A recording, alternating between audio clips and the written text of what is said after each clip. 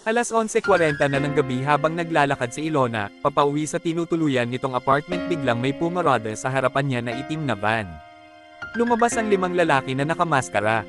Teka, saan niyo ako dadali? Wala nang nagawa si Ilona sa 2 lalaking humawak sa magkabilaang kamay niya. Pilit niyang magpupumiglas pero wala pa rin siyang nagawa. Bitawan niyo ako oo. Sigaw ni Ilona. Ang ingay mo. Diin sigaw ng isang panglalaki na nakamaskara sabay suntok sa sikmura ng dalaga, sa lakas ng suntok nawala ng malay si Ilona. Kaya matagumpay na naisakay nila sa van ang dalaga. Philip spoke. Kanina ko pa kinokontak si babe, nasaan na ba yon? I'm so worried, nakauwi na ba siya? Babe sumagot ka naman sa tawag ko. Hindi ako nagdalawang isip na puntahan siya sa apartment niya. Sakay ng aking kotse, pinaharurot ko ito ng mabilis. Maya-maya may tumawag sa akin akala ko si babe pero unknown number. Who's this? Kulot no akong sabi sa unknown number bigla akong nakaramdam ng kaba. Buhahaha mister suso na sa amin ang pinakamamahal mong girlfriend buhahaha, sabi ng baliw sa kabilang linya agad na umakyat yung dugo ko sa galit gusto kong pilipitin yung leeg niya.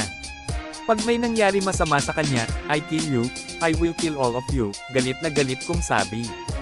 Wahahahaha relax hindi namin siya papatayin papaligayahin muna namin siya diba guys, sabay tawa na parang demonyo yung mga kasama niya. Saan kayo? Pagbubugbugin ko kayo lahat, gigil kong sabi halos masira ko na yung manibela sa galit ko.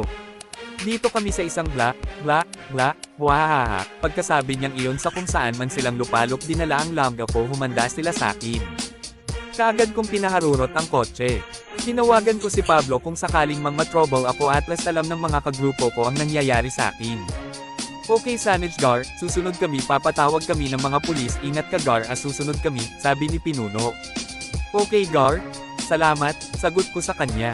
Nagkamalay na si Ilona sa pagkakasuntok sa kanya sa sikmura ng mga walang hiya. Ilona spoke. Yun na lamang nasabi ni Ilona dahil nakabusol yung bibig niya ng tape at nakatali siya sa upuan. Uy gising na ang magandang binibini, sabi nung isang lalaki na kamukha ni Tito Mars, o nakikita ko na sila ngaon dahil hindi na sila nakamaskara, grabe kung titigan nila ako parang gusto na nila akong gahasain. Lordy wag niyo po ang ibigay yung pagkabirhen ko sa kanila ang syasyo kanila. Impit kong pili dahil nakabusol yung bibig ko mga walang hiya kayo o pakawalan niyo ako. Meron yatang sasabihin si Miss Ganda, sabi naman ng isang putong lupang lalaki. Bigla niyang tinanggal yung tape sa bibig ko argare ang sakit. Boss nandyan ka na pala dito na si Miss Ganda. Napatingin ako sa sinasabi nilang boss. Naglalakad ito papunta sa akin habang papalapit ng papalapit mas nakilala ko siya. Walang hiya ka, pakawalan mo ako, please. Sigaw ko sa kanya, kasabay ng pag-iyak ko. Halo-halo na yung nararamdaman ko sa mga oras na to. Takot, kaba, hindi ko alam kung anong gagawin nila sa akin.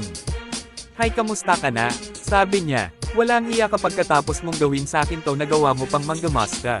Sigaw ko sa pagmumuka niya lumapit siya sa akin. Kung hindi lang ako nakatali baka nasipa ko na siya sa mukha.